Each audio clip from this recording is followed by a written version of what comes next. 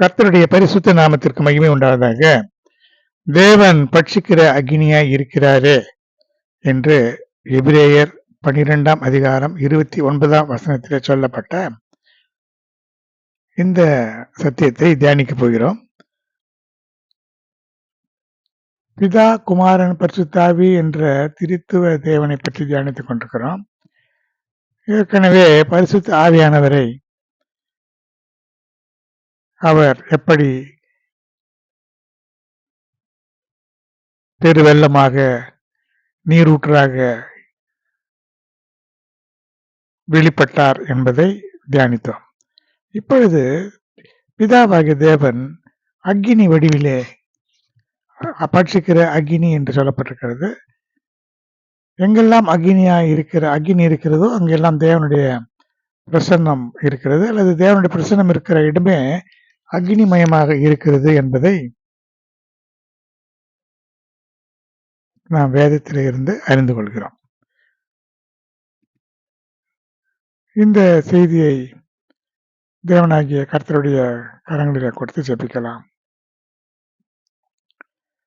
அன்பின் தெய்வமே, கர்த்தாவை நன்றியோடு உம்மை ஸ்தோத்திரிக்கிறேன். நீர் பட்சிக்கிற அக்கினி என்று வேதம் சொல்லுகிறது. இந்த அக்கினிக்கு முன்பாக ஒன்றும் நிற்க முடியாது. எல்லா தீமைகளும், எல்லா அசுத்தங்களும், எல்லா விக்கிரகங்களும் மறைந்து ஒழிந்து போகும். இந்த பட்சிக்கிற அக்கினியாக நீர் இருந்தாலும் அந்த அக்கினிக்குள்ளே பரிசுத்தம், மகிமை எல்லாம் இருந்தாலும் நீர் அன்பாகவும் இருக்கிறீர். உம்முடைய பிள்ளைகள் தவறு செய்யும் பொழுது அவர்களை நீர் நீதியுள்ள தேவனாய் இருக்கிறதுனால தண்டிக்கிறீர். ஆனாலும் இதற்கு எல்லாம் அடிப்படை உம்முடைய அன்புதான். எங்களை அவ்வளவா நீ நேசிக்கிறீர். நாங்கள் உம்மை மாத்திரம் வணங்கவும், உம்மை மாத்திரம் நேசிக்கவும் வேண்டும் என்று நீ நினைக்கிறதுனால பொய்யான மாயையாகிய விக்கிரகங்களை வழிபடும் பொழுது நீர் பட்சிக்கிற அக்னியாய் இருக்கிறீர் என்பதை நாங்கள் வேதத்தில் இருந்து அறிந்து கொள்கிறோம். அது மட்டுமல்ல, இந்த பட்சிக்கிற அக்னியாக இருக்கிற நீர் தவறு செய்யும்போது பட்சிக்கிற அக்னியாக இருந்தாலும் மற்ற நேரங்களிலே அக்னி மதிலாய் எங்களை சூழ்ந்து கொண்டு காக்கிறவராகவும் இருக்கிறேன், பாதுகாப்பு அரணாகவும் இருக்கிறேன். எனவே இந்த சத்தியங்களை நாங்கள் விளங்கிக் கொண்டு அதன்படி ஜீவிக்க எங்களுக்கு உதவி செய்யும். உடைய மேன்மையான நாமத்தை மிகப்படுத்திக் கொள்ளும் இயேசுவின் இன்ப நாமத்தில் வேண்டுகிறேன், ஜீவனுள்ள நல்ல பிதாவே, ஆமென். கர்த்தருடைய பரிசுத்த நாமத்திற்கு மகிமை உண்டாவதாக. தேவன் எப்படி வெளிப்பட்டார் என்று பார்க்கும் பொழுது சங்கீதம் 18ஆம் அதிகாரம் 8ஆம் வசனத்தில் அவர் நாசியிலே இருந்து புகை எழும்பிற்று, அவர் வாயிலே இருந்து பட்சிக்கிற அக்கினி புறப்பட்டது, அதனால் தழல் மூண்டது என்று பார்க்கிறோம். அவருடைய வாயிலே இருந்து பட்சிக்கிற அக்கினி புறப்பட்டது. அவர் அக்னிமயமான தேவன், அக்னியாய் இருக்கிறார். அதே நேரத்தில் தீங்கு செய்கிறவர்களை, தவறு செய்கிறவர்களை அழிக்கும்படியாக பட்சிக்கிற என்று சொன்னால் அந்த அக்கினி அப்படியே சுட்டெரித்து சாம்பலாக்கி விடும்.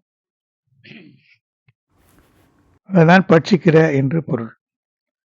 பட்சித்தல் என்று சொன்னா அப்படியே விழுங்கி விடுகிறது, சுட்டெரித்து சாம்பலாக்கி விடுகிறது. அது இருக்கிற இடமே தெரியாது. எந்த ஒரு பொருளின் மேலே அந்த அக்கினி போகிறதோ அந்த பொருள் ஒன்றுமில்லாமல் போய்விடும். இதுதான் பட்சிக்கிற அக்கினி. இந்த பட்சிக்கிற அக்கினி என்று சொல்லும் பொழுது இந்த அக்கினி, தேவனுடைய அக்கினி என்ன செய்கிறது? தேவனுடைய பலிபீடத்தில் இருக்கிற பலியையும் அப்படியே பட்சிக்கிறது அல்லது அதை எடுத்துக்கொள்கிறது என்று லேவியராகமம் 9ஆம் அதிகாரம் 24ஆம் வசனத்தில் கர்த்தருடைய சந்நிதியில இருந்து அக்கினி புறப்பட்டு பலிபீடத்தின் மேல் இருந்த சர்வாங்க தகன பலியையும் கொழுப்பையும் எரித்து விட்டது. அப்பொழுது ஜனங்கள் எல்லாம் முகங்குப்புற விழுந்து தேவனை மகிமைப்படுத்தினார்கள், ஆர்ப்பரித்தார்கள் என்பதை நாம் பார்க்கிறோம். இப்படி அவருக்காக படைக்கப்பட்டதான பலிபீடத்திலே வைத்திருக்கிறதான சர்வாங்க தகன பலி கொழுப்பு எல்லாம் அப்படியே பட்சித்து விட்டது, எரித்து விட்டது என்று பார்க்கிறோம். இப்படி அவருக்கு விரோதமாய் கிரியை செய்கிறவர்களை தேவன் அக்கினியாக இருந்து அவர்களை சங்கரித்து போடுகிறார். எப்படி என்றால் லேவியராகமம் 10ஆம் அதிகாரம் 1ஆம் வசனம் முதல் நடந்த நிகழ்ச்சியை பார்க்கும்போது, ஆரோனின் குமாரராகிய நாதாபும் அபியூவும் தன் தன் தூப கலசத்தை எடுத்து அவைகளிலே அக்கினியையும் அதன் மேல் தூபவர்க்கத்தையும் போட்டார்.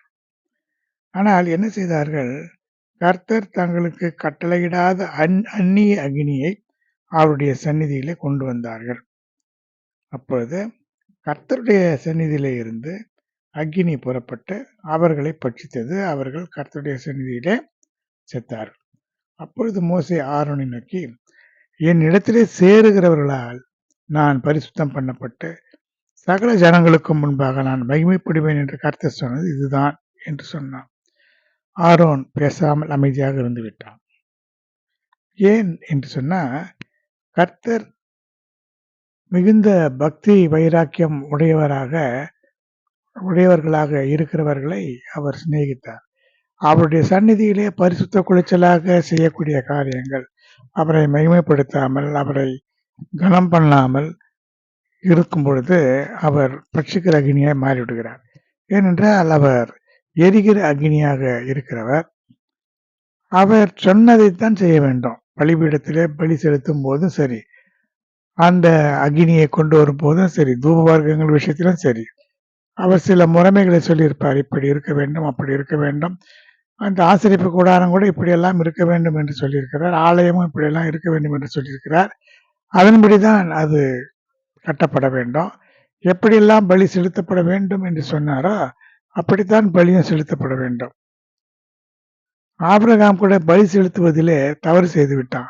பட்சிகளை அவன் துண்டிக்காமல் விட்டு விட்டான். அதனால 400 வருடங்கள் அவனுடைய சந்ததியார் எகிப்திலே அடிமையாக இருந்தார்கள்.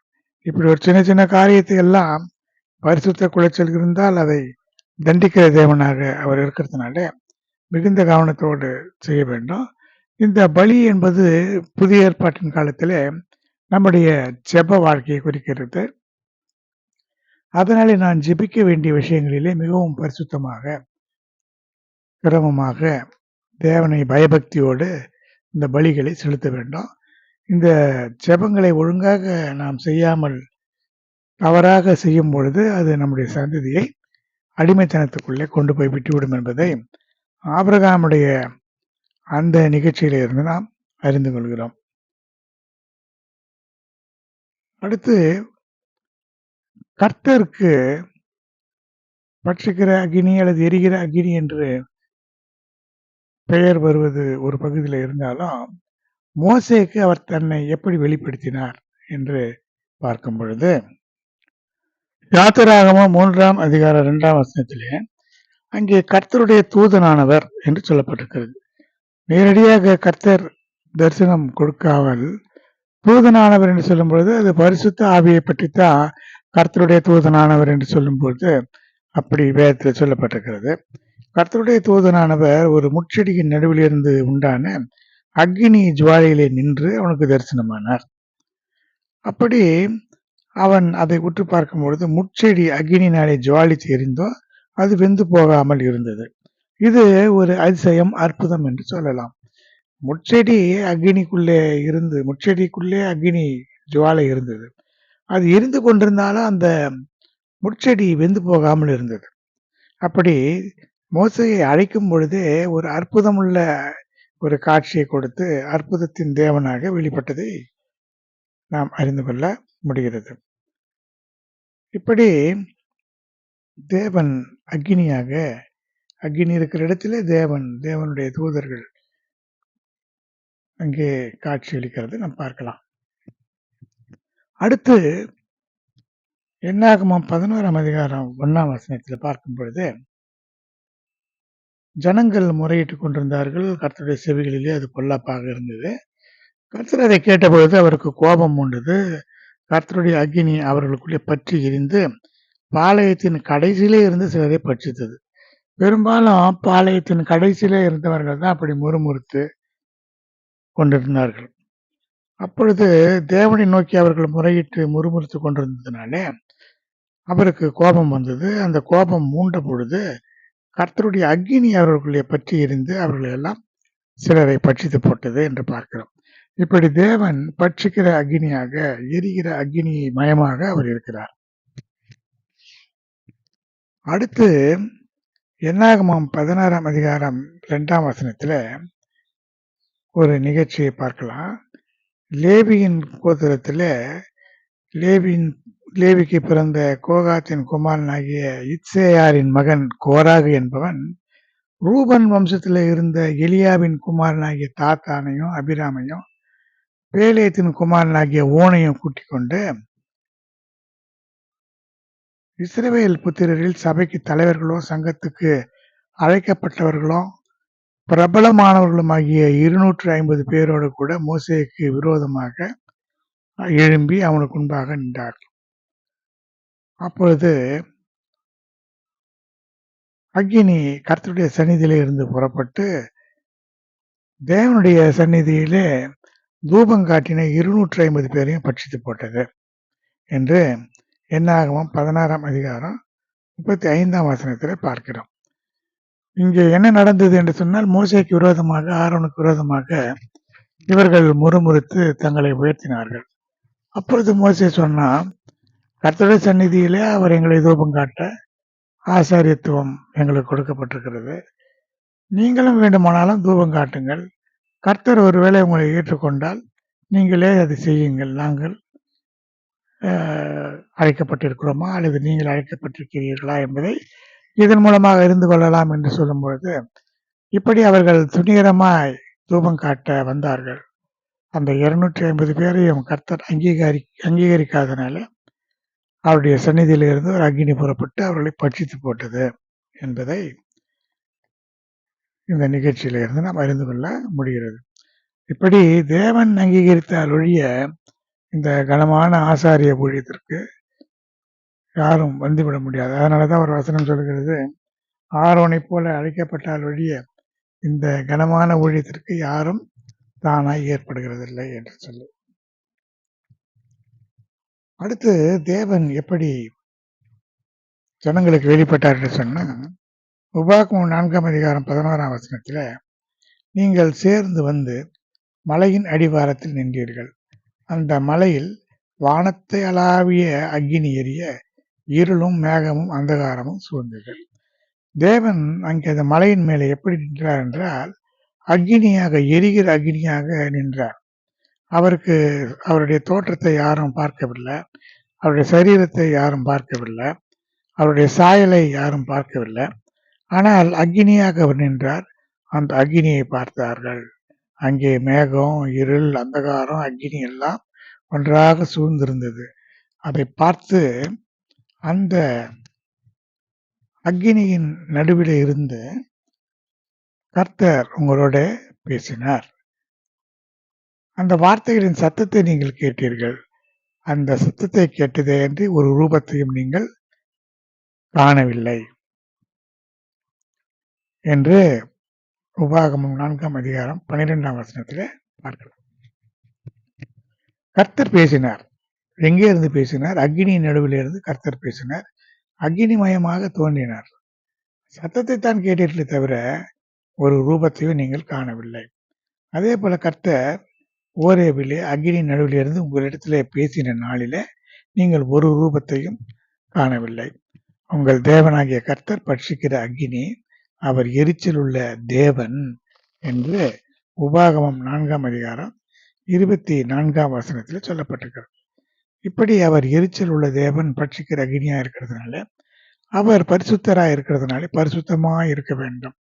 பரிசுத்த குளிச்சலாய் அவரிடத்துல கிட்டி சேரக்கூடாது. ஆசரிப்பு கூடாரத்துல பரிசுத்தம் இல்லாமல் யாராவது நுழைந்து விட்டால் அவர்களை அப்படியே அந்த பட்சிக்கிற அக்கினி பட்சித்து போடும். இதை நாம் வேதத்திலே பல இடங்களிலே பார்க்கலாம். இந்த உடன்படிக்கை பெட்டியை தொட்டவர்கள் எல்லாம் கர்த்தர் அடித்தார். இப்படி பல நிகழ்ச்சிகளை நாம் பார்க்கலாம்.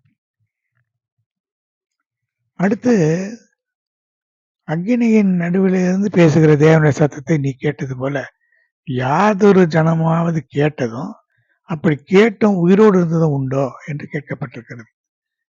அக்கினி நடுவில் இருந்து பேசுகிற தேவன் நம்முடைய தேவன் மாத்திரம்தான். அவர் ஒருவர் தான் தேவன்.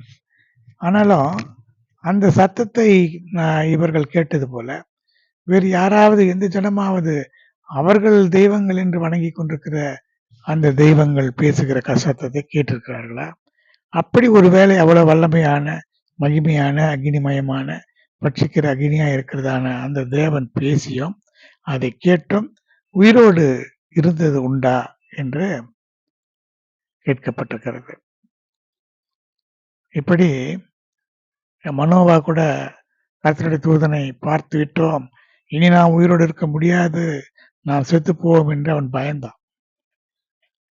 அவ்வளவு வல்லமையுள்ள பயங்கரமான ஒரு தேவன். அதனாலே ஜனங்கள் என்ன சொன்னார்கள்? உபாகமம் 5ஆம் அதிகாரம் 27ஆம் வசனத்துல மோசையை பார்த்து சொன்னார்கள், நீர் சமீபத்தில் போய் கர்த்தர் சொல்கிறது எல்லாம் கேட்டு நம்முடைய தேவனாகிய கர்த்தர் சொல்வதெல்லாம் நீரே எங்களுக்கு சொல்ல வேண்டும், நாங்கள் அதை கேட்டு அதன்படி செய்வோம், நாங்கள் அங்கே வர வேண்டாம், கர்த்தர் எங்களிடத்தில் நேரடியாக பேச வேண்டாம் என்று பயந்தார்கள். என்றால் அந்த தேவனுடைய பிரசன்னம் அவ்வளவு பயங்கரமாக இருந்ததை வேத வசனத்திலிருந்து நம்ம அறிந்து கொள்ள முடிகிறது. அடுத்து தேவன் எப்பொழுது ஜனங்களை வாதித்தார் அல்லது தண்டித்தார் என்று சொன்னால், பெரும்பாலும் விக்கிரக ஆராதனையிலும் வேசித்தனத்திலும் தான் இஸ்ரவேல் ஜனங்கள் மிகுதியும் அடிபட்டார்கள். எகிப்திலிருந்து புறப்பட்டு கானானுக்கு வருகின்ற வரைக்கும் பார்த்தால் இந்த 2 காரியங்களை தான் மீண்டும் மீண்டும் தொடர்ந்து அவர்கள் செய்து கொண்டே இருந்தார்கள். உபாகமம் 32ஆம் அதிகாரம் 26ஆம் வசனத்துல தெய்வம் அல்லாதவைகளினால் எனக்கு எரிச்சல் முட்டி தங்கள் மாயைகளினால் என்னை கோபப்படுத்தினார்கள். மாயை என்பது விக்கிரகங்கள். ஏனென்றால் அது ஒன்றுமில்லாதது, ஒன்றுமில்லாமல் போய்விடும். மாயை என்று சொன்னால் அது ஒன்றுமே இல்லை, வெறும் காற்று. மாயை என்பது காற்று. எப்படி இந்த விக்கிரகங்கள் காற்று என்பது வேதத்தில் தெளிவாக சொல்லப்பட்டிருக்கிறது.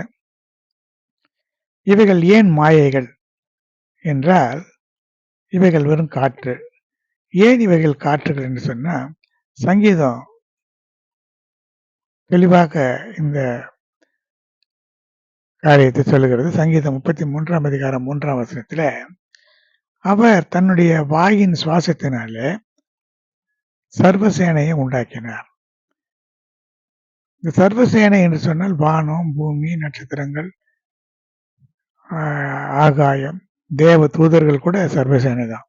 அந்த தேவ தூதர்கள் விழுந்து போனவர்கள் தான் இன்றைக்கு பூமியிலே விக்கிரகங்களாக வழிபட்டு வருகிறார்கள். இந்த தேவ தூதர்கள் தேவனுடைய வாயின் சுவாசத்தினாலே உருவாக்கப்பட்ட காற்றுகள். அவர் தூதர்களை காற்றுகளாகவும் தன்னுடைய ஊழியக்காரர்களை அக்னி ஜுவாலைகளாகவும் வைத்திருக்கிறார் என்று வேதம் சொல்கிறது. அதனாலே இது மாயை, இது வெறும் காற்று. அதனாலே இது ஒன்றும் இல்லாமல் அப்படியே மறைந்து போகும். கடைசி நாட்களிலே வானம், பூமி, இந்த சர்வசேனையும் கூட அப்படியே ஒழிந்து போகும். பூமியை தன் இடத்துல இல்லாதபடி அப்படியே தள்ளி போடுவார்.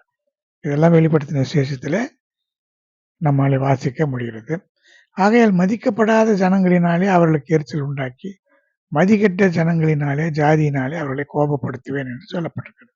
என்றால் தெய்வமல்லாத சாதாரண மாயையான விழுந்து போன தேவ தூதர்கள் தான் இங்கே தெய்வங்களாக மாயைகளாக திரிந்து கொண்டிருக்கிறார்கள். அதனாலே தேவன் மிகுந்த எரிச்சல் உடையவராக இருக்கிறார். ஏனென்றால் அந்த தேவ தூதர்கள் எல்லாம் பணிவிடையின் ஆவிகள். தேவன் தனக்கு ஊழியம் செய்வதற்காக, வேலை செய்வதற்காக, பரலோகத்தில் இருப்பதற்காக படைக்கப்பட்ட இந்த தேவ தூதர்கள் தேவனுடைய வாயின் சுவாசத்தினாலே உருவாக்கப்பட்டவர்கள். மனிதனை போல தேவனுடைய கையினாலே உருவாக்கப்பட்டவைகள் அல்ல. இப்படிப்பட்டவைகளை தெய்வங்களாக வழிபடும் போது தேவனுக்கு மிகுந்த கோபம் வரத்தான் செய்யும். அடுத்து என் கோபத்தினால் அக்னி பற்றி கொண்டது, அது தாழ்ந்த நரகம் மட்டும் எரியும், அது பூமியையும் அதன் பலனையும் அழித்து பர்வதங்களின் அஸ்திபாரங்களையும் வேக பண்ணுமா. உபாகமம் 32 அதிகாரம் 22 வசனத்தில் இப்படி சொல்லப்பட்டிருக்கிறது. எப்படி தேவனுடைய கோபத்தினாலே அக்னி பற்றி கொண்டு அந்த அக்னி நரகம் வரைக்கும் எரிகின்ற அக்னியாக இருக்கிறது. பூமியையும் பர்வதங்களையும் அதனுடைய அஸ்திபாரங்களையும் வேக பண்ணக்கூடிய அளவுக்கு அவருடைய கோபம் அக்னியாக இருக்கும் என்பதை இந்த வசனம் கூறுகிறது. அடுத்து இப்படிப்பட்டவர்களை தேவன் என்ன சொல்கிறார்? அவர்கள் முடிவு எப்படி இருக்கும் என்று பார்ப்பேன். அவர்கள் மகா மாறுபாடுள்ள சந்ததி, உண்மையில்லாத பிள்ளைகள், என் முகத்தை அவர்களுக்கு மறைப்பேன். தேவனுடைய முகம் நமக்கு மறைக்கப்பட்டால் நாம் ஒன்றும் செய்ய முடியாது. நம்முடைய முடிவு அவ்வளவுதான். அதனால தான் தன்னுடைய முகத்தை அவர் மறைக்கிறார். அவர்கள் மாறுபாடுள்ள உண்மையில்லாத பிள்ளைகள் என்று அவர் சொல்லியிருக்கிறதை பார்க்கலாம். அடுத்து தேவனை பற்றிய செய்தி சொல்லப்பட்டிருக்கிறது. 2 சாமுவேல் 22 அதிகாரம் 9-13 வரை இருக்கிற வசனங்களில, அவர் நாசியிலிருந்து பட்சிக்கிற புகை எழும்பிற்று, அவர் வாயிலிருந்து அக்கினி புறப்பட்டது, அதனாலே தழல் மூன்றது, வானங்களை தாழ்த்தி இறங்கினார், அவர் பாதங்களின் கீழ் காரிருள் இருந்தது, கேருபீன்கள் மேல் ஏறி வேகமாய் சென்றார், காற்றின் செட்டைகளின் மீது தரிசனமானார், அவருடைய சந்நிதி பிரகாசத்தினாலே நெருப்பு தழலும் எரிந்தது. இப்படி தேவன் எப்படி அக்னிமயமாக இருக்கிறார் என்பதை இந்த வசனங்கள் தெளிவுபடுத்துகின்றன. அடுத்து எலியா பாகால் தீர்க்கதரிசிகளுக்கு எதிராக இறங்கி பாகால் தீர்க்கதரிசிகளை பாகாலுக்கு பலியிடும்படியாகவும் கர்த்தருக்கு இவன் பலியிடும்படியாகவும் வந்து இறங்கினார்கள். அப்படி இறங்கும் பொழுது பாகால் தீர்க்கதரிசிகள் பாகாலுக்கு பலி செலுத்த முயன்ற பொழுது பாகால் அங்கே வந்து பலியை ஏற்றுக்கொள்ள வரவில்லை. எந்த ஒரு அசைவும் ஏற்படவில்லை. அப்பொழுது அவன் சொல்லுகிறான், அக்னியினாலே உத்தரவு அருளுகிற தெய்வமே தெய்வம் என்று சொல்லி பலிபீடத்திலே பலியை எல்லாம் அடுக்கி வைத்து விடுங்கள், யார் பலியை அக்னியின் மூலமாக ஏற்றுக்கொள்கிறார்களோ அவரே தெய்வம் என்று நீங்கள் அறிந்து கொள்ளுங்கள் என்று சொல்லி அவன் ஜனங்களிடத்தில் சொல்கிறான். இது 1 ராஜாக்கள் 18 அதிகாரம் 38 முதல் இருக்கிற வசனங்களில பார்க்கலாம். அப்பொழுது என்ன நடக்கிறது? அந்திப்பலியை செலுத்துகிற நேரத்திலே எலியா வந்து, ஆபிரகாம், ஈசாக்கு, யாக்கோபுக்கு தேவனாகிய கர்த்தாவே, இஸ்ரவேலிலே நீ தேவன் என்றும், நான் உம்முடைய ஊழியக்காரன் என்றும், நான் இந்த காரியங்கள் எல்லாம் உம்முடைய வார்த்தையின்படி செய்தேன் என்றும் இன்றைக்கு விளங்க பண்ணும் என்று சொன்னான். கர்த்தாவே நீ தேவனாகிய கர்த்தர் என்றும், தேவரீர் தங்கள் இருதயத்தை மறுபடியும் திருப்பினீர் என்றும் இந்த ஜனங்கள் அறியும்படிக்கு என்னை கேட்டருளும் என்றான். இவன் சொன்னது என்னவென்று சொன்னால், முற்பிதாக்களை பற்றி சொல்கிறான். இந்த முற்பிதாக்களுக்கு தேவன், நான் உம்முடைய ஊழியக்காரன், இதையெல்லாம் நீ சொல்லும்படியாக நீ சொல்லத்தான் நான் செய்தேன். அடுத்ததாக இந்த ஜனங்கள் பாகாலுக்கு ஆதரவாக பாகாலை நேசித்து அவனை வழிபட்டு கொண்டிருக்கிற இந்த ஜனங்கள் உமக்கு நேராக தங்களுடைய இருதயத்தை திருப்பினீர் என்று இந்த ஜனங்கள் அறிந்து கொள்ளும்படியாக நான் சொல்லுகிற இந்த காரியத்தை கேட்டு இறங்கி இந்த பலியை அங்கீகரித்துக் கொள்ள வேண்டும் என்று சொல்லி அவன் விண்ணப்பம் பண்ணுகிறான். அப்பொழுது கர்த்தரிடத்திலிருந்து அக்கினி இறங்கி அந்த சர்வாங்க தகன பலியையும் விறகுகளையும் கற்களையும் மண்ணையும் பட்சித்து அங்கே வாய்க்காலிலே ஊற்றப்பட்டிருந்த தண்ணீரையும் நக்கி போட்டது. அப்படியானால் கர்த்தருடைய அக்கினி அந்த பலியை ஏற்றுக்கொண்டது. அக்கினி என்று சொன்னால் கர்த்தர் வந்து அந்த பலியை ஏற்றுக்கொண்டு சென்று விட்டார். இதுதான் தேவனுடைய பிரசன்னம். அடுத்து எலியா இயேசபேலுக்கு பயந்து ஒரு இடத்துல தங்கியிருந்தான். அப்பொழுது தேவன் கேட்கிறார், எலியாவே உனக்கு இங்க என்ன காரியம் என்று சொல்லி அவனை அழைக்கிறார். வெளியே அந்த குகையிலே ஒளிந்து கொண்டிருக்கிற அவனை, நீ இங்கே வா என்று சொல்லி அழைக்கிறார். அப்பொழுது அங்கே பூமி அதிர்ச்சி உண்டாகிறது. அதற்கு பிறகு அக்கினி உண்டாயிற்று. அந்த அக்கினியிலே எப்பொழுதும் இருக்கிற கர்த்தர் அந்த அக்கினியிலும் அவனுக்கு வெளிப்படவில்லை. ஆனால் அந்த அக்கினிக்கு பிறகு அமர்ந்த மெல்லிய சத்தம் உண்டாயிற்று. அந்த மெல்லிய சத்தத்திலே தேவன் இருந்தார்.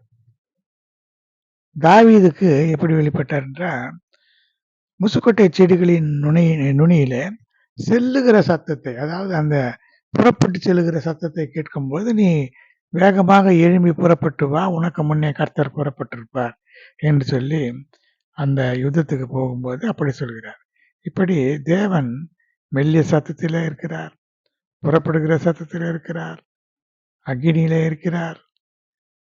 இப்படி பல நிலையில தேவன் வெளிப்படுகிறார். அவர் எங்கெங்கோ இருக்கிறார். அவர் இல்லாத இடம் இல்லை.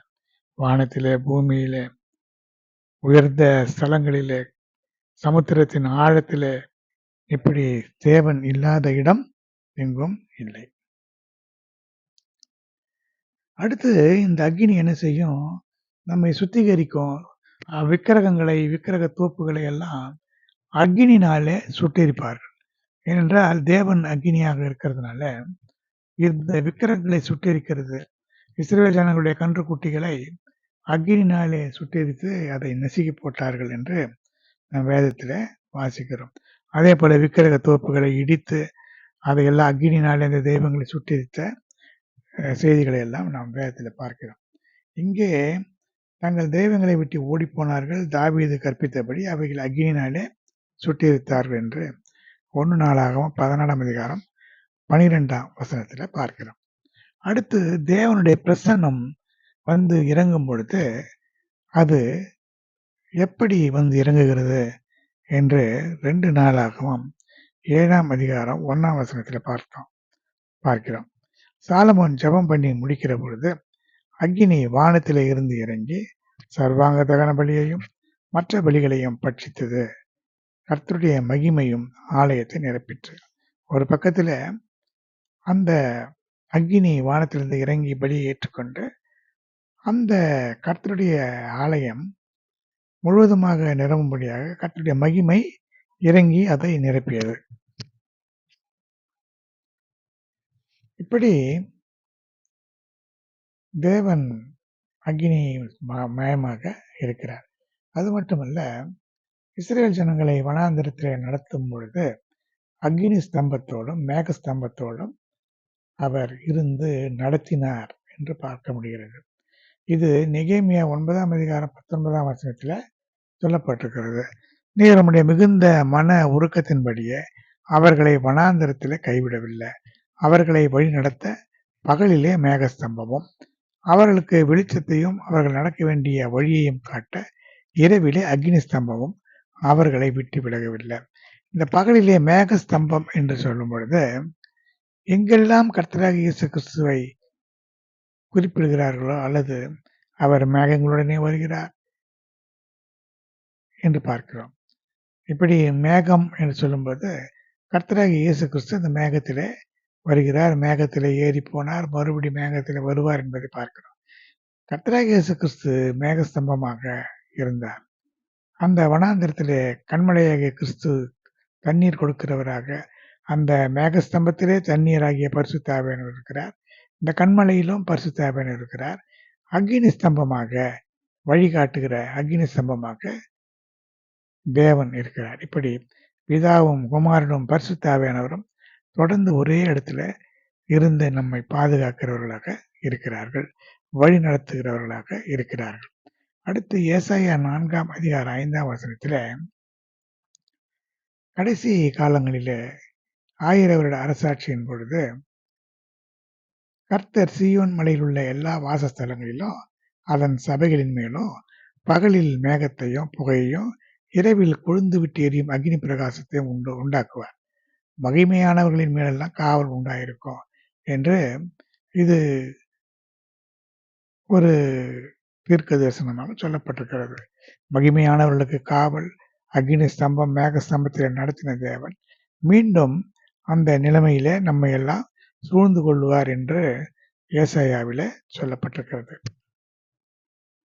அடுத்து தேவனுடைய அன்பு எப்படிப்பட்டது என்று பார்க்கும் பொழுது, உன்னத பாட்டு 8ஆம் அதிகாரம் 6ஆம் வசனத்தில, "நீர் என்னை உம்முடைய இருதயத்தின் மேல் முத்திரையைப் போலவும், புயத்தின் மேல் முத்திரையைப் போலவும் வைத்துக் கொள்ளும்.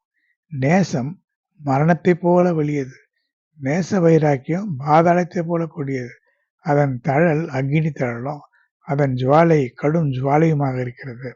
இந்த அக்கினி தழல், அக்கினி ஜுவாலை இதெல்லாம் அன்பின் ஆழத்தை குறிப்பிடுகிறதாக இருக்கிறது. மணவாளனுக்கும் மணவாட்டிக்கும் இடையில இருக்கிற அன்பு எப்படிப்பட்டது என்று சொன்னால் அக்னிமயமாக இருக்கிறது. தேவன் அக்னிமயமானவர். இந்த உன்னத பாட்டு மணவாளனாகிய கிறிஸ்துவை பற்றி சொல்லப்பட்டிருக்கிறது. அதனால மணவாளனும் அன்பின் மிகுதியினாலே அக்னிமயமாக இருக்கிறவராக இருக்கிறார் என்பதை இந்த வசனம் நமக்கு கூறுகிறது. அடுத்து, கர்த்தர் எப்படிப்பட்டவர்? மகத்துவமானவர்.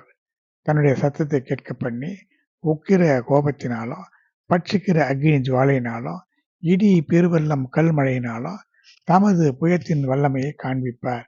ஏசாயா 30ஆம் அதிகாரம் 30ஆம் வசனத்துல இப்படி சொல்லப்பட்டிருக்கிறது. அவர் பட்சிக்கிற அக்னி ஜுவாலையை போல இருக்கிறவராக இருக்கிறார். அடுத்து, கர்த்தருடைய நாமம் தூரத்திலிருந்து வரும். அவருடைய கோபம் எரிகிறதும் கழன்று புகைகிறதுமாயிருக்கும். அவருடைய உதடுகள் சினத்தினாலே நிறைந்து அவருடைய நாவு பட்சிக்கிற அக்னி போல இருக்குமா. அவருடைய நாவே அக்னி போல இருக்கும். அந்த அக்னி பட்சிக்கிறதாக இருக்கும். அக்னியை பார்க்கும் பொழுது அக்னிமயமான நாவுகள் என்று பார்க்கிறோம். அது அப்படியே பிரிந்திருக்கிற அக்னி நாவுகள் வந்து ஒரு இடத்துல இறங்கும் பொழுது என்ன நடக்கும்? எல்லாவற்றையும் பட்சித்து விடும். அதுபோல தேவன் அக்னிமயமான தேவனாக இருக்கிறார் என்று இந்த செய்தியிலே நாம் அறிந்து கொள்ளலாம்.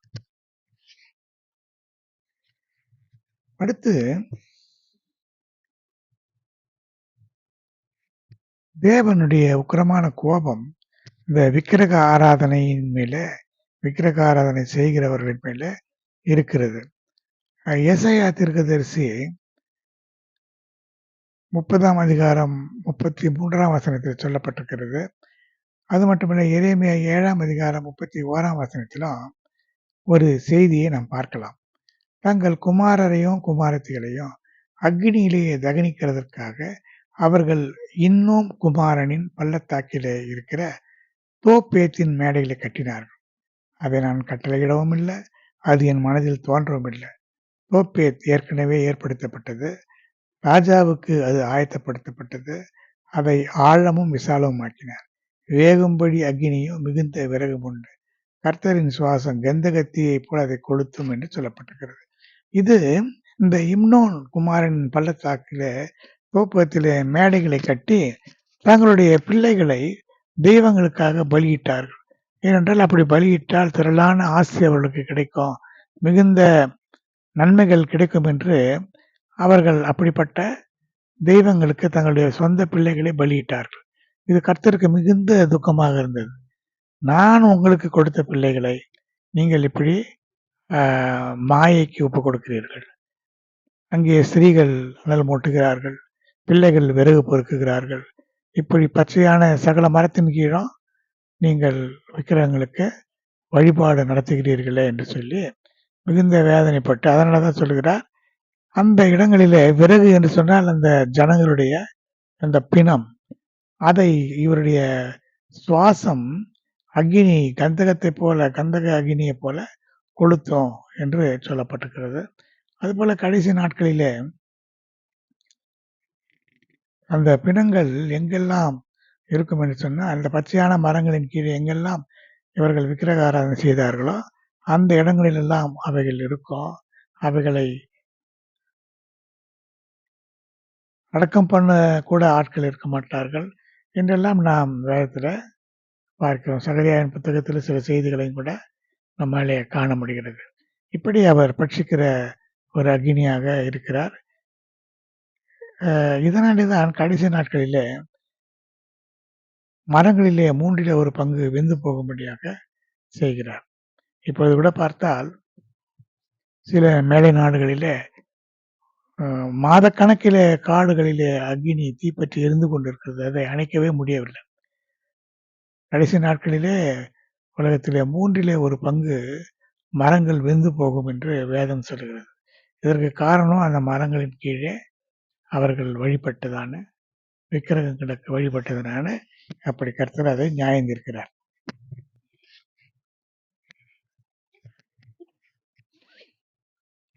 அதைத்தான் எரேமியா 5ஆம் அதிகாரம் 14ஆம் வசனம் சொல்லுகிறது. நான் உன் வாயிலிட்டு என் வார்த்தை அக்கினியும் இந்த ஜனத்தை விறகுமாக்குவேன், அது இவர்களை பட்சிக்கும். ஏனென்றால் தீர்க்கதரிசியின் வாயில சொன்ன வார்த்தைகள் கூட அக்னியாக ஜனங்களை சில நேரங்களிலே பட்சித்து போடும். எனவே தேவனுக்கு பயந்து, தேவனுடைய கட்டளைகளுக்கு பயந்து, தேவனுடைய ஊழியக்காரர்களுக்கு தீர்க்கதரிசிகளுக்கு பயந்து தேவனை பின்பற்ற வேண்டும் என்பது நமக்கு இந்த வசனம் தெளிவாக கூறுகிறது. அடுத்து, பட்சிக்கும் அக்கினிக்கு முன்பாக நம்மில் தரித்திருப்பவன் யார்? நித்திய ஜுவாலைக்கு முன்பாக நம்மில் தரித்திருப்பவன் யார் என்று சொல்லுகிறார்கள். ஏசாயா 33ஆம் அதிகாரம் 14ஆம் வசனம். ஏனென்றால் இந்த ஜனங்களுடைய பாவங்கள் அக்கினிக்கு முன்பாக தரித்திருக்க முடியாம, தாபரிக்க முடியாமல், பட்சிக்கிற அக்கினிக்கு முன்பாக நிற்க முடியவில்லை என்று இந்த வசனம் நமக்கு கூறுகிறது. அடுத்து ஏசாயா 65ஆம் அதிகாரம் 5ஆம் வசனத்துல ஒரு செய்தி இருக்கிறது. நீ உன்மட்டிலே இரு, என் சமீபத்தில் வராது. உன்னை பார்க்க நான் பரிசுத்தம் என்று சொல்லுகின்ற ஜனங்களுக்கு தேவன் எப்படி இருக்கிறாரா, என் கோபத்தாலான புகையும் நாள் முழுதும் எரிகிற அக்னியுமாக அவர்கள் இருப்பார்களாம். அதாவது என்னவென்று சொன்னால் பெருமை. தாங்கள் தான் பரிசுத்தமானவர்கள், மற்றவர்களெல்லாம் ஒன்றுமில்லை என்று சொல்லுகிறது. அது தேவனுக்கு பிடிக்காத ஒரு காரியமாக, அவர் அருவருக்கிற வெறுக்கிறதான காரியமாக இருக்கிறதுனால அப்படிப்பட்டவர்களை நாள் முழுதும் எரிகிற அக்னி எங்கே இருக்கும்? நரகத்தில் இருக்கும். அவர்கள் நரகத்திற்கு போகக்கூடியவர்களாக இருப்பார்கள். என்றால் யாரையும் குறைவாக பேசக்கூடாது, சொல்லக்கூடாது. நான் தான் பெரிய பரிசுத்தன் என்று சொல்வதும் அது ஒரு பெருமை, அது ஒரு மேட்டிமையின் ஆவியாக இருக்கிறதுனால, மேட்டிமை பிசாசினுடைய சுபாவமாக இருக்கிறதுனால தேவன் அதை வெறுக்கிறார். அவர்களை அவர் அக்னியினாலே கொளுத்துகின்ற ஒரு நிலையை நாம் பார்க்கிறோம். அடுத்து ஏசாயா 66ஆம் அதிகாரம் 15ஆம் வசனத்துல தேவன் எப்படி வருகிறாரா, தன்னுடைய கோபத்தை உக்கிரமாக கடிந்து கொள்ளுதலை அக்னி ஜுவாலியாக செலுத்த கர்த்தர் அக்னியோடு வருகிறார். பெருங்காற்றை போன்ற தன்னுடைய ரதங்களோடு வருகிறார். கடைசி நாட்களிலே தேவன் ஜனங்களை சந்திக்கும்படியாக இப்படி வருகிறார் என்று இந்த வசனம் கூறுகிறது. இப்படி கடைசி நாட்களிலே எலியாவும் ஏனோக்கும்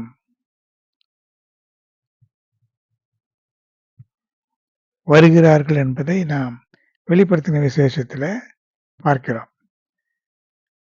அவர்கள் எப்படிப்பட்டவர்கள்? ஒருவன் அவர்களை சேதப்படுத்த மனதாக இருந்தால் அவர்களுடைய வாயிலிருந்து அக்னி புறப்பட்டு அவர்களுடைய சத்துருக்களை பட்சிக்கும். அவர்களை சேதப்படுத்த மனதாக இருக்கிறவன் எவனோ அவன் அப்படியே கொல்லப்பட வேண்டும் என்று சொல்லப்பட்டிருக்கிறது. இந்த ஜனங்கள், இந்த எலியா அவன் உயிரோடு இருந்த காலத்திலேயே வானத்திலிருந்து அக்னி இறங்கி பட்சிக்கும்படியாய் செய்தவன். என்றால் அவனை பிடிப்பதற்காக ஒரு 50 பேரை ராஜா அனுப்புகிறான். அவன் சொல்லுகிறான், ராஜாவுக்கு விரோதமாக அவன் தேவனை நம்பாமல் வேறே பாகாலின் தீர்க்கதரிசியை பார்த்து கேட்கிறான், நான் பிழைப்பேனா என்று சொல்லி. அப்பொழுது எலியா சொல்லுகிறான், இஸ்ரேவேலிலே தேவன் இல்லை என்றா நீ பாகாலின் தீர்க்கதரிசி இடத்துல கேட்டு அனுப்பினாய், அதனால நீ ஏறிய கட்டிலே இருந்து இறங்காமல் சாகவே சாவா என்று சொன்னான். அதனால அவனை தண்டிக்க வேண்டும், பிடிக்க வேண்டும் என்று சொல்லி 3 முறை 50 பேர்களை அனுப்புகிறான். 2 முறை அனுப்பும் பொழுதும் தேவனுடைய மனுஷனே நீ இறங்கி வா, ராஜா அவனை கூப்பிடுகிறார் சொன்னார். அப்பதான் சொன்னான், நான் தேவனுடைய மனுஷன், நான் வானத்தில் இருந்து அக்னி இறங்கி உன்னையும் உன்னோட கூட வந்திருக்கிற 50 பேரையும் பட்சித்து போடட்டும் என்று சொன்னான். இப்படி அவன் வார்த்தை அக்கினி புறப்பட்டு பட்சிக்கிற அளவுக்கு வல்லமையுள்ள வார்த்தையாக இருந்தது. அவன் உயிரோடு பரலோகத்துக்கு எடுத்துக்கொள்ளப்பட்டான். கடைசி நாளிலே அவன் இந்த ஜனங்களுக்கு சுவிசேஷத்தை அறிவிக்கும்படியாக ஏனோக்கும் எலியாவும் தான் உயிரோடு எடுத்துக்கொள்ளப்பட்டவர்கள். இவர்கள் மரணம் அடையாததினாலே இவர்கள் இருவரும் சாட்சிகளாக மரணமடைந்து அவர்கள் மீண்டும் பரலோகத்துக்கு எடுத்துக்கொள்ளப்பட வேண்டும். அதை பட்சிக்கிற அக்கினி அவர் வாயிலிருந்து புறப்பட்டு அப்படி அவர்கள் ஜனங்களை வேதனைப்படுத்தும்படியான அதிகாரம் அவளுக்கு இருந்தது. கடைசியில தேவனோடு கூட யுத்தம் பண்ணக்கூடியவர்களை அவர்கள் பூமியெங்கும் பரிசுத்தவான்களுடைய பாளையத்தையும் பிரியமான நகரமாகிய எருசலேமை வளைந்து கொண்டார். அப்பொழுது தேவனாலே வானத்திலிருந்து அக்கினி இறங்கி அவர்களை பட்சித்து போட்டது என்று வெளிப்படுத்தின விசேஷம் 20ஆம் அதிகாரம் 9ஆம் வசனம் வருகிறது. தேவனாலே வானத்திலிருந்து அக்கினி என்று சொன்னால் தேவனே அக்கினியாக இறங்கி அவர்களை பட்சிக்கிறார் அல்லது அக்கினியை அனுப்பி பட்சிக்கிறார் என்றால் தேவனே அக்கினிமயமாக இருக்கிறார் என்பதை இந்த செய்தி நமக்கு குறிப்பிடுகிறது. இப்படி தேவன் அக்கினிமயமான தேவன், அவர் பட்சிக்கிற அக்கினி, அவர் பரிசுத்தமுள்ள தேவன், அவர் எருசலேமை சுற்றி அக்கினி மதிலாய் சூழ்ந்து கொள்கிற தேவன். இப்படி பல செய்திகளை நாம் இந்த வேத வசனத்திலிருந்து நாம் அறிந்து கொள்கிறோம். எனவே இப்படிப்பட்ட அக்கினிமயமான தேவன் நம்மை சூழ்ந்து அக்கினி மதிலாய் சூழ்ந்து நம்மை காக்க வேண்டும். அக்கினி மதிலாய் சூழ்ந்து நம்மை காக்கும் பொழுது நாம் சுத்திகரிக்கப்படுவோம், பாதுகாக்கப்படுவோம். அது மட்டுமல்லாமல் நமக்குள்ளே நம்மையும் அறியாமல் நாம் தேவனுக்கு விரோதமாக செய்கிற பாவங்களை எல்லாம் அவர் பட்சிக்கிறவராக இருக்கிறார். ஆனால் அதை நாம் தொடர்ந்து செய்து பரிசுத்தமில்லாமல் பயமில்லாமல் தொடர்ந்து செய்யும் பொழுது அவர் நம்மை பட்சித்து போடுவார். எனவே மிகுந்த பயத்தோடும் நடுக்கத்தோடும் தேவனை நாம் வணங்க வேண்டும், துதிக்க வேண்டும், ஆராதிக்க வேண்டும். எனவே அப்படிப்பட்ட ஒரு நிலைமையை கர்த்தர் நமக்கு தரும்படியாக ஜெபிக்கலாம். அன்பின் தெய்வமே கர்த்தாவே, நன்றியோடு ஸ்தோத்திரிக்கிறேன். ஆண்டவரே, எங்களுடைய வாழ்க்கையிலே நீர் கிருபையுள்ள தேவனாயிருக்கிறீர், அன்புள்ள தேவனாயிருக்கிறீர், எங்களை சூழ்ந்து கொள்கிற தேவனாயிருக்கிறீர், மன உருக்கமுள்ள தேவனாக இருக்கிறீர். நாங்கள் உண்மையே சேவிக்க வேண்டும் என்று விரும்புகிறேன், உண்மையை வணங்க வேண்டும், ஆராதிக்க வேண்டும் என்று விரும்புகிறேன். அக்கினி மதிலா எங்களை சூழ்ந்து கொள்கிற தேவன் நீர். அதே நேரத்தில் உமக்கு விரோதமாய் நாங்கள் பாவம் செய்யும் பொழுது எங்களை அக்னி மதிலாய் சூழ்ந்து கொண்டிருக்கிறதான அந்த அக்னியை பட்சிக்கிற அக்னியை மாறி எங்களை பட்சித்து போடும். எனவே நீர் எங்களை எப்போதும் சூழ்ந்து கொண்டிருக்கிறதான அக்னி மதிலான தெய்வமாக எங்களுக்கு இருக்க வேண்டும். ஆண்டவரே, நாங்கள் எந்த பாவமும் செய்யாதபடிக்கு, உம்மை கோபப்படுத்தாதபடிக்கு, நீர் பட்சிக்கிற அக்னியாய் எங்களுக்கு வெளிப்படாதபடிக்கு எங்களை காத்துக்கொள்ளும், வழி நடத்தும். இந்த செய்தியை கேட்கிற ஒவ்வொருவரையும் அப்படி நடத்தும். இயேசுவின் இன்ப நாமத்தில் வேண்டுகிறேன், ஜீவனுள்ள நல்ல பிதாவே, ஆமீன். என் ஆத்மாவே கர்த்தரை ஸ்தோத்திரி, முழுவதுமே பரிசுத்த நாமத்தை ஸ்தோத்திரி. என் ஆத்மாவே கர்த்தரை ஸ்தோத்திரி, கர்த்தர் செய்த சகல உபகாரங்களை மறவாது. ஆமீன். ஸ்தோத்திரம், ஸ்தோத்திரம், ஸ்தோத்திரம், ஸ்தோத்திரம், ஸ்தோத்திரம்.